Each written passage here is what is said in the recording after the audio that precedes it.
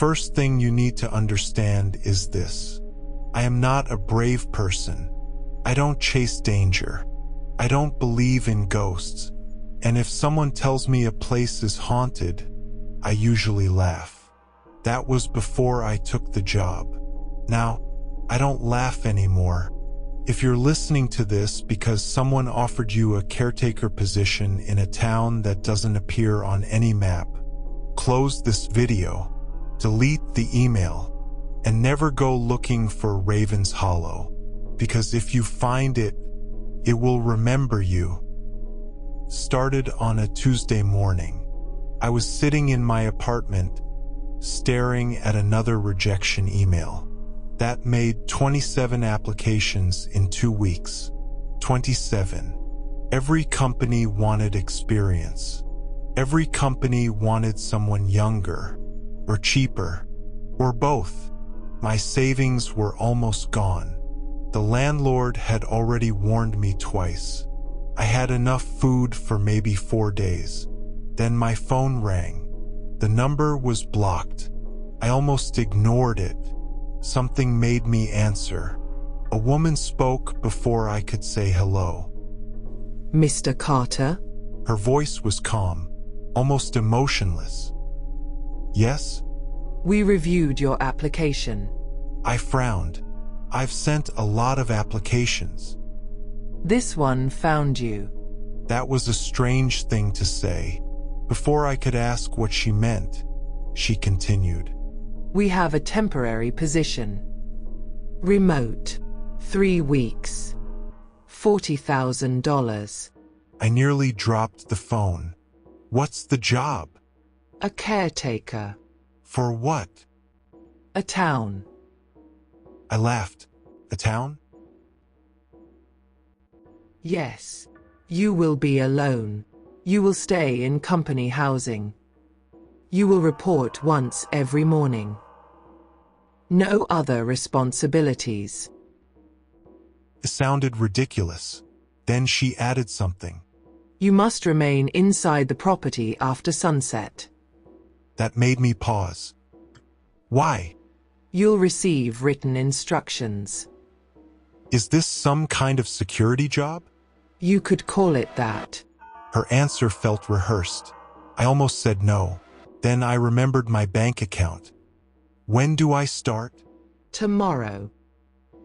The company office wasn't listed online. No website, no reviews, nothing. The address led to an old brick building surrounded by dead trees. Inside, everything was spotless. Too spotless. No decorations, no music, no employees talking, just silence. A woman in a gray suit waited behind a desk. She smiled politely. It never reached her eyes. She handed me a folder. Inside was a contract, a map, a key, and one photograph. It showed a small town surrounded by dense forest, rows of quiet streets, a church, a school, a gas station. Everything looked normal, almost peaceful. What happened there? She folded her hands. The town was evacuated. When? A long time ago. Why?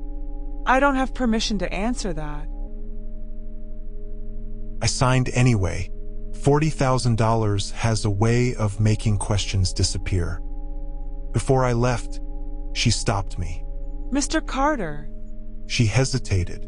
When you arrive, don't unpack immediately. That was all she said.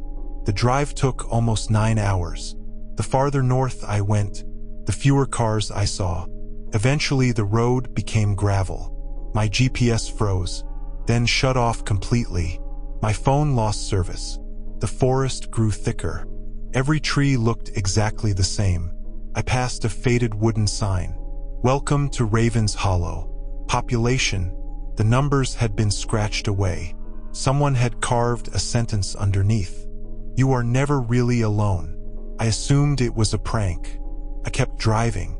5 minutes later, I saw the town. It looked untouched. The houses weren't destroyed. The streets were clean. Flowers still grew in front yards. Bicycles leaned against fences.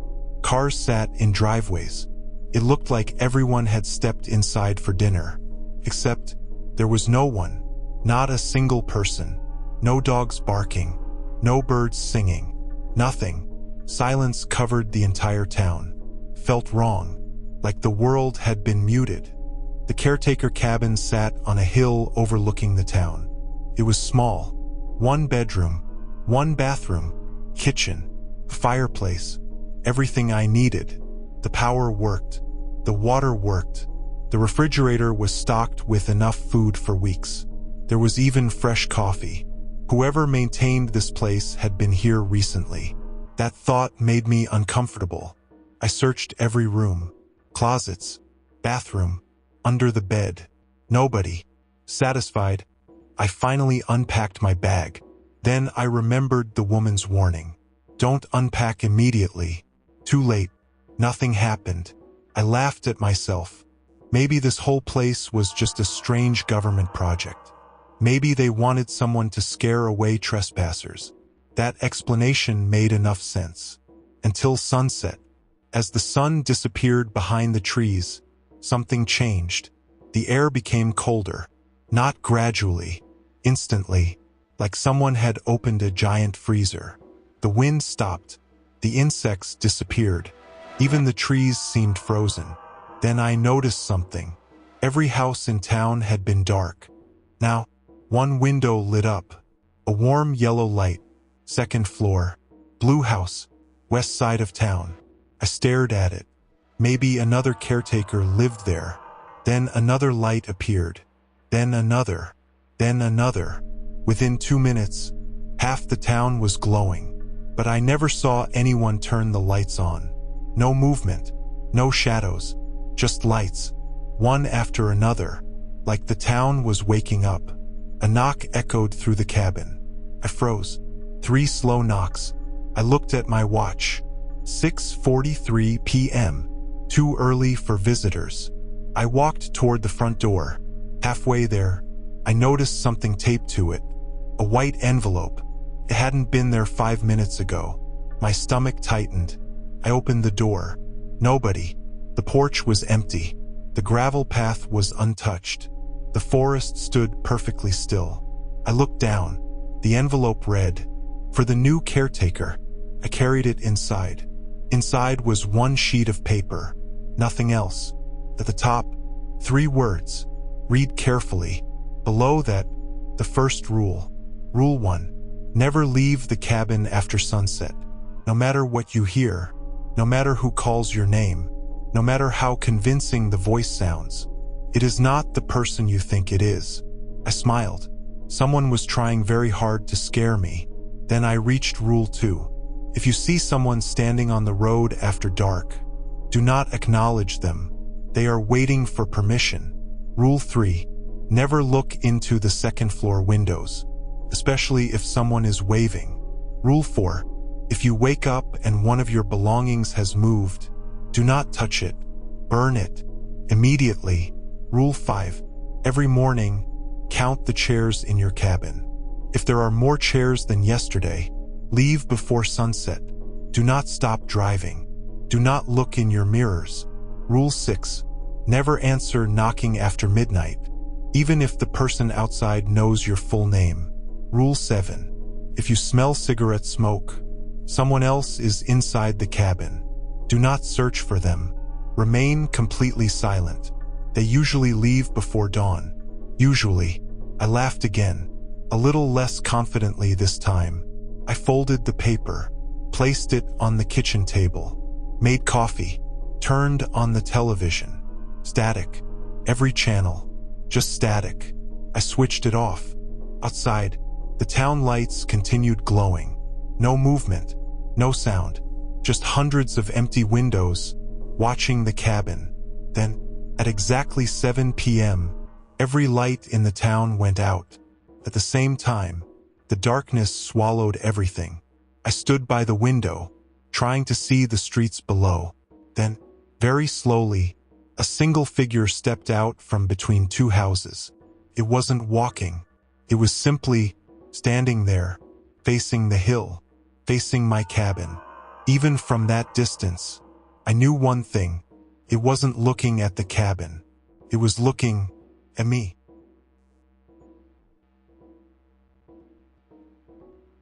I couldn't make out its face. It was too far away, too dark, but I could tell it wasn't moving. Not even a little. Most people shift their weight, scratch their arm, turn their head. This thing did nothing. It stood at the bottom of the hill like a photograph. I told myself it was just another caretaker, maybe someone checking on me. That explanation lasted about 10 seconds. Then the figure disappeared. Not by walking away, not by stepping behind a tree. 1 second it was there. The next, it wasn't. I stared at the empty road for another minute. Nothing. I locked every window before I went to bed. Not because I believed the rules, because I suddenly wished I had. Sleep didn't come easily. Every creak in the cabin sounded louder than it should. The refrigerator hummed. The fireplace popped. The wooden walls groaned as the temperature dropped. Around midnight, I finally drifted off. Then I woke up. Someone was knocking. 3 slow knocks. I looked at the clock. 12:14 a.m. My heart started racing. Rule 6. Never answer knocking after midnight. I stayed perfectly still. The knocking came again. Exactly 3 knocks. Not loud. Almost polite. Whoever was outside wasn't trying to break in. They were waiting. I crept toward the window. Very carefully. I stayed below the frame. Just enough to peek outside. The porch was empty. No one. The gravel path was empty. The trees were still. Another knock. This time, came from the back door. Every hair on my arms stood up. The cabin only had one entrance. Or at least, I thought it did. I walked toward the kitchen. There was a small service door beside the pantry. I hadn't even noticed it before. Someone knocked again. 3 times. Slow. Patient. I held my breath. Then I heard something that made my stomach twist. A voice. Soft. Barely louder than a whisper. Daniel. I froze. Nobody here knew my name. The voice came again. Daniel. I thought it sounded familiar. Too familiar. Then I recognized it. My sister, Emily. That wasn't possible. Emily lived nearly 1,000 miles away. I almost answered. Almost. Then I remembered something. Emily never called me Daniel. She always called me Danny. Always. The voice outside tried again. Daniel. I know you're inside. My hands shook. I didn't answer. For almost 10 minutes, nothing happened. Then I heard footsteps. They circled the cabin once. Very slowly. The gravel outside made each step clear. The footsteps stopped beneath my bedroom window. Then, silence. I stayed awake until sunrise. The next morning, everything looked normal. Birds were singing again. The sunlight warmed the trees. The town looked peaceful, like nothing had happened. I almost convinced myself it had been a dream. Then I opened the back door. 3 muddy footprints, standing inches from the entrance. They faced the cabin, not away from it. Whoever left them had stood there for a long time, waiting. I made coffee. Then I remembered Rule 5. Count the chairs. I laughed at myself. Still, I counted. 1 at the kitchen table. 1 beside the fireplace. 1 on the porch. 3. That matched yesterday. I shook my head. This place was getting into my head. After breakfast, I decided to explore the town. In daylight, it didn't seem nearly as frightening. The houses were old, but well maintained. The grass wasn't overgrown. The streets were clean. Someone had been taking care of this place. Recently, I walked into the grocery store. The automatic doors no longer worked. Inside, everything was exactly where it should be. Cereal, soup, cleaning supplies, frozen food. Most of it had expired years ago. Shopping carts still stood in the aisles. One cart contained bread, milk, eggs. Someone had been shopping, then simply stopped. The register was still open. Coins sat inside the tray. Nothing had been stolen. I walked farther back. The employee break room still had coffee mugs on the table. One mug still contained dried coffee, as if someone had set it down, then vanished. Near the freezer section, I noticed something strange. The dust on the floor had been disturbed. Footprints. Fresh ones. Not mine. They led toward the emergency exit. I followed them. The footprints stopped halfway across the room. There was nothing beyond them. No return prints. No side prints. Nothing.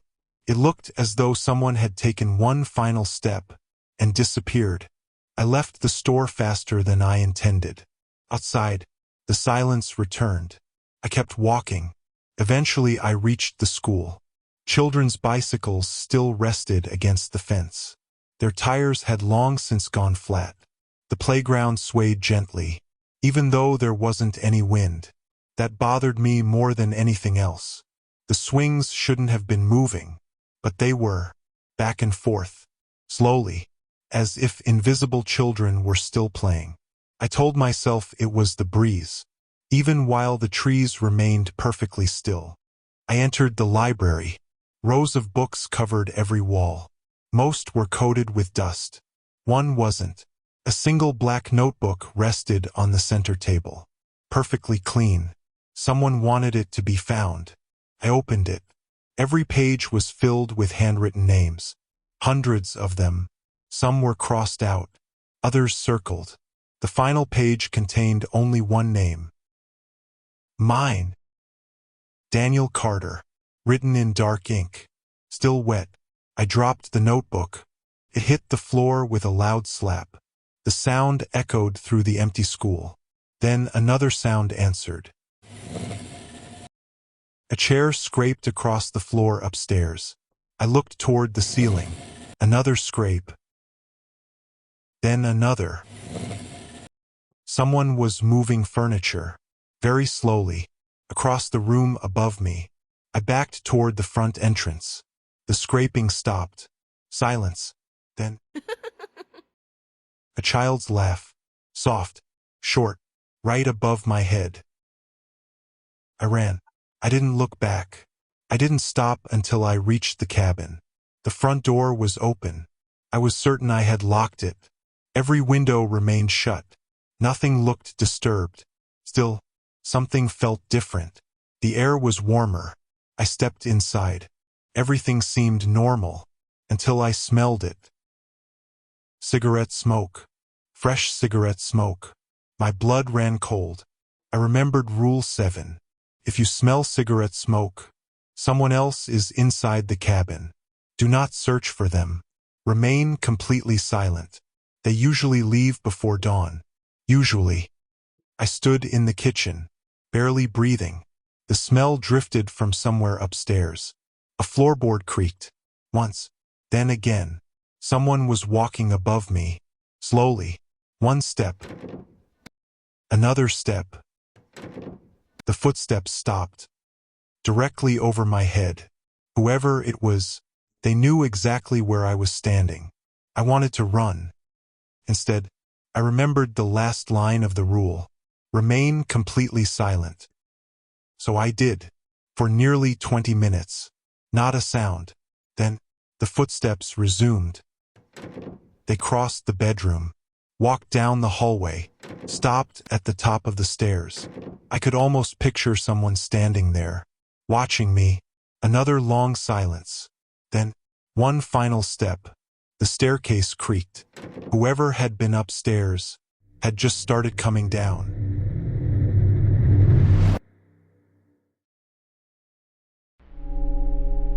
If you want to survive the rest of the story, like this video and subscribe right now for part 2. You do not want to miss what happens next. Drop a comment below if you think I should run. See you in part 2.